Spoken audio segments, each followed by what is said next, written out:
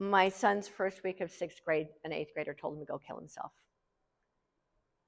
This is common in the public school system now.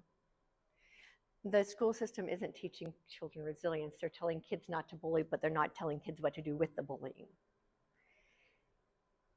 So what I told my son is that middle school will teach you resilience.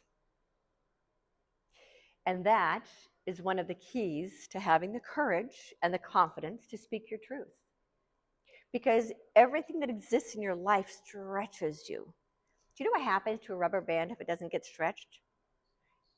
It breaks. It crumbles and it breaks. It gets brittle. So every painful experience we have in our lives creates resilience. It causes us to stretch a little more and a little more and a little more, so that when life hits you harder as an adult, you've developed that resilience as a kid. So when you're up against people who don't agree with you, remember this is a moment of stretching for you. It's a moment of you stretching into a better version of yourself. How can I be loving in the face of someone who doesn't agree with me? Resilience. Agree to disagree and look at the source.